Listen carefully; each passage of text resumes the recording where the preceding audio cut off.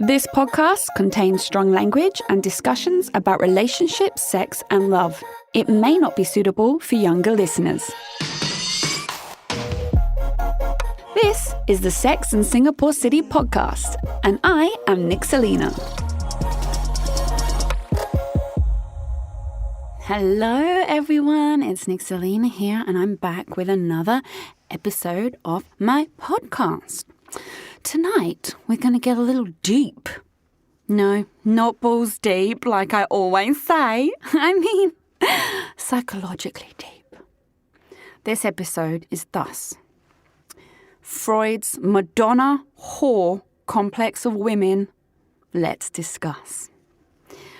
Ooh, okay. Let me begin at the beginning. In case you don't know, Sigmund Freud is pretty much like the founder of psychoanalysis, okay? And he's best known for like his neuro theories around the unconscious mind, around sexuality, your subconscious. In fact, I'm pretty sure he alone coined the term ego. So every time we talk about our ego, without Freud, we wouldn't have that word. I'm hedging my bets there. There might have been someone else that come up with ego, but we know it's Freud, okay? So when he discusses a complex called the Madonna whore syndrome, what he's basically arguing here is that this really is a deep one, guys. So fucking bear with me, all right? I'm going to try and make it as light as I can, but it is important to discuss this. So what he's saying is there are polarized perceptions of women as either good and chaste or bad and promiscuous. The Madonna or the whore. And it's a complex of, I'm going to say male, work with me here. I know we're in gender fluid 21st century times, but this is back when Freud was alive. So in the male mind, there's a split between affectionate and sexual currents in the male psyche and desire of a woman. Annoyingly, for us females, what it does is it puts us into two different boxes, right? I mean, it's very, very neat and tidy here, can we just say? Oh, well, you can be in that box or that box. Done. Like, okay, bro. I mean, Freud, I got you, but I've got some questions. So what he's saying is the Madonnas are the pure, the nurturing, the asexual, the respected and the loved. And then you got those whores. They are tainted, depraved, sexual, and desired. Let's just take a moment, shall we? I mean, let's just have a moment with this. So basically, just to put it simply, you've got saints, Madonnas, or you've got prostitutes. You've got the Madonna, the mothering, nurturing, loving wife type. Then you've got the whore. Naughty, dirty, filthy, promiscuous, sexual, deviant, dark. And you cannot mix both. This is what he's saying. He's saying in the man's mind, there is those two categories of women. And you cannot cross. To sum up in this whole theory in one sentence, Freud states, where such men love, they have no desire.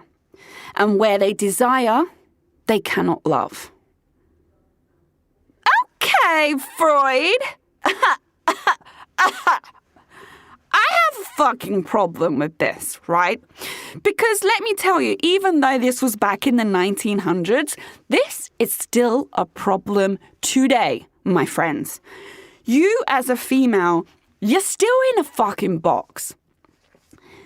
You are either the loving woman that he wants to marry, but he's still checking out that sexy short skirt, like, oh, I want to bend her over a table and fuck her type girl. But you don't want to marry her. He wants to marry you, the soft, sweet, loving one who tends to his every whim. It feels like you can't be wife material and be someone who's a fucking freak in the bed and gets him stiff within like a minute. I have a huge problem with this. Firstly, for my whole life, my whole fucking life, I have been put in the whore box. That's going to be a quote on Instagram. I have never been the Madonna, ever. In polar opposites, I'll use my sister. She's the Madonna. She's virtuous, loving, like she's only been with one man her whole life. She's an angel. She really is just the best human I think I've ever met. And I am the complete opposite to her. I have always been viewed by men as a sexual object, even when I don't fucking want it. And I remember back in uni, I got so pissed off. I remember just when I got drunk at the uni bar, because I'd had like back-to-back, week upon week upon week, month on month, of guys trying to sleep with me, trying it on with me, who very knowingly had girlfriends. And I was like, why do you think I'm the kind of woman to disrespect other women that I would even fucking do that? And it was like, I was so desperate to be loved at that point. And I was like, I'm never going to be in a relationship. I'm the girl that guys fuck and then go home to their missus, right? And someone, when I was lamenting about this at the time, someone described this to me. I'll never forget it. And it was actually one of the boys, the ones that was trying it on. Like, okay, when I said no, it was very chill after that. It was like back to being friends or whatever. But he was like, look, a Ferrari as a car. Guys fucking want a Ferrari. Proper, sexy, red Ferrari. They want to drive it really fast in the streets. Like, look at me in my Ferrari. Isn't it fucking awesome? But no one drives a Ferrari every day. No one puts a Ferrari in the garage, you know, and then goes in home. Ferraris are like lavish excitement, like statement piece. But for every day, you want like a 4x4. You want a standard drive-about car, one that's comfortable, one that's reliable. That doesn't make you not want the Ferrari. Just the Ferrari isn't an everyday thing. You're the Ferrari, Nix. That's what he said to me. I'm pretty sure that's the day I took up smoking. So you see, without even knowing about this syndrome back then, I'd already been living it. I was still living it. 21st century Madonna whore syndrome, still a big, big thing.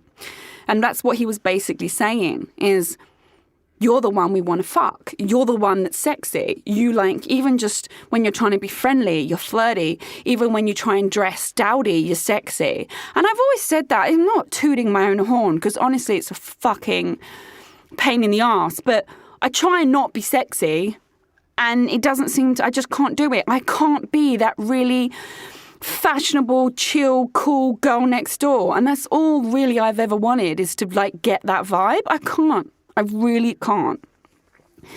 And I guess what happened is I put myself in that whore box.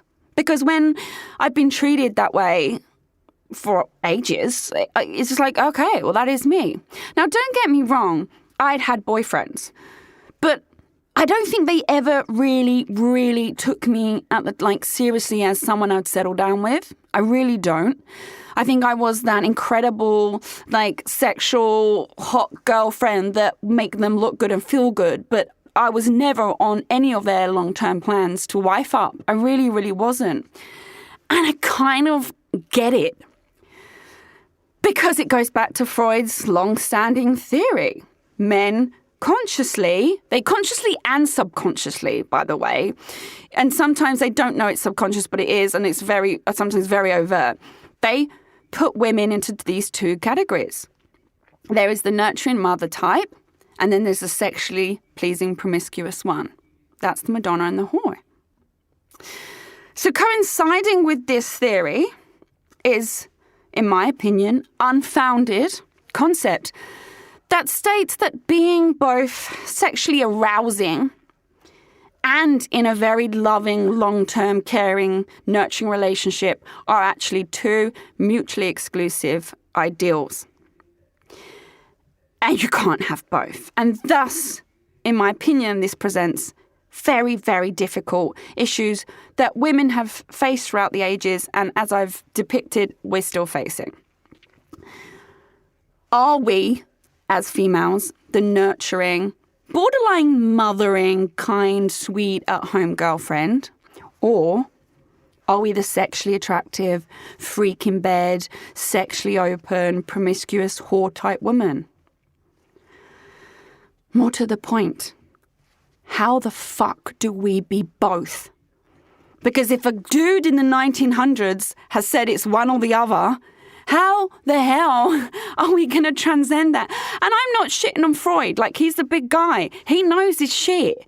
There are some controversy to some of the, the things he talks about, his neurotheories, and I get that. But honestly, he was bang on the money with this one because it's still happening 100, 200 years later. Only this time it's explained to me with Ferraris. Dude, I get it. Thanks for the explanation. I think what I try and reason with this as well is guys seem to think that women aren't wife material if she is sexual, promiscuous, if she does put her sexuality out there. It's like she becomes tainted or impure, dirty, and thus unworthy of wife status. He may possess very passionate sexual feelings towards this chick, but she ain't wife material. She's like fuck and go material, or perhaps just date her and fuck her and show her off. But nah, not settle down, not have kids, nah. He's gonna look for the good girl to marry. This woman, is this like sweet, less overtly sexy woman. Maybe the sex will be more, I don't know, chilled, calm, less exciting, dare I say, boring with her. But she's the wife. She's the mother of the children. She's a long-termer. This is the crux of the theory. Now, I just want to argue my fucking case here that we women can be both. Say that louder for the dead Freud at the back. Sigmund Freud. You were on the money, but let me tell you, my friend, we can be both. We women are able in this fucking day and age to be a sexual being, to love ourselves sexually, to put our sexual fantasies out there, to know that we love sex, to know that we can be pretty and promiscuous, and yet we can also be the one at home, cooking dinners, looking after the children. We can have the ring on our finger and be called wife. We can take your surname and still be a freak in bed. We do not deserve to be split into these two categories. Am I right? I can't fathom why this still happens, because if we're really going down this route, and we are, for me it feels like men still can be overtly sexual. They can be promiscuous. They're the fucking legend. They're the man if they sleep around. If they have loads of women after them. Like, yeah, fuck yeah, I shagged this, I shagged that, right? If we women have anything even near similar, the same lifestyle, we're sluts. We're whores. We're dirtbirds. We're slags. We are slut-shamed for enjoying sex as a single girl. Single guys, they're the fucking man. Oi, fucked her last week, got a different bed. Oh my God, on Tinder I got 3 different dates in one night. Hey! Fuck off, honestly. It's still so prevalent now and it drives me nuts. Like, my Instagram, as a prime example, I would do often lots of lingerie photo shoots. Do you know why? Because I was really proud of my body. I'm like 30-something. I done loads of photo shoots where I was like, hey, like, shit, this is how I look. I'm 31, I'm 32. I was damn proud. Why shouldn't I be able to say, this is me, this is who I am a confident woman, I'm strong, I am sexy, but I'm also intelligent, but I'm also the founder of my own company, but I'm also going to be the best girlfriend you've ever had. Why can't I do that? No. As soon as these images go up, it's like wank bank material. I'm being sent dick pics from strangers I don't want. I'm being sexualized as like a one-dimensional creature. Oh, she's here to be like spunked all over. No, I'm not. And I am so over this connotation that we can't be both the Madonna and the whore. Why can't we be proud of our bodies, be open with our bodies, be very expressive and honest with our sexual appetites, and yet still be nurturing, loving, loyal, and wife material at home? Thankfully, I have met a man who can see that I bridge the gap. And I think, obviously it's taken to 34 years old, but here we are. I think many of my boyfriends in the past started off dating me because they put me in the whore box and then realized, oh shit, she's actually really nice. She's actually really loving. Like, she tends to my every need, which I do. If I love you and you're my partner, like, you get everything. I used to wait on all of them hand and foot. I really did, to my own detriment, mind you. And I just don't think they ever expected it and kind of was like, wow, like, you are actually a better partner than I ever thought you'd be, because they put me in the whore box and then they got a Madonna at home and I didn't know how to handle it. I didn't know what to do with it. And I just think I'm not alone. Like, most women I know are both. Really, we're both. And I want, finally, God, I want everyone to bin those boxes, to understand that the Madonna is not the whore and the whore is not the Madonna, and women are not the Madonna and not the whore. In fact, we are both Madonna and the whore. And that's just us as a woman expressing our sexual nature, enjoying ourselves, being open with our bodies. We are women that are multifaceted. We can do it all. We can give birth to your children. We can marry you and take your surname, but we can also look like fire in a short dress. And we can suck your dick until you spunk over our face, whatever it is that turns you on. But then we can still cook you a nice dinner and, go shopping with you at the weekend. Why are you trying to put us in a box? Dudes, let me just tell you, if you keep us separate, you're losing out. If you're choosing a Madonna or a whore and you're saying, oh God, she's a whore, I only see her once or twice, you're fucking losing out on a full package, let me tell you, friend. If you stop splitting us up and accept the woman is both of these and we can do it all, you are getting a full package. And who doesn't want that? So to sum up, I know I've ranted a lot tonight. I am not dissing Freud. God love ya, R.I.P. dude. You're a fantastic man, extremely intelligent, way, way beyond your years, and just, wow, like, pioneered so much for us and did so much for psychoanalysis and mental health and really exploring the mind. And yes, he was bang on the money with his Madonna whore syndrome. He really was. And it's sad to say, he was right. But what I want to say to Freud and to the guys out there today and the girls listening is let's not split us up anymore. And let's combine the Madonna and the whore and drop the names completely, drop those labels and just refer to us as a woman. Thanks for listening to the Sex and Singapore City podcast. This episode was produced and hosted by me, Nick Selena, and recorded at the Splicecast studio in Singapore.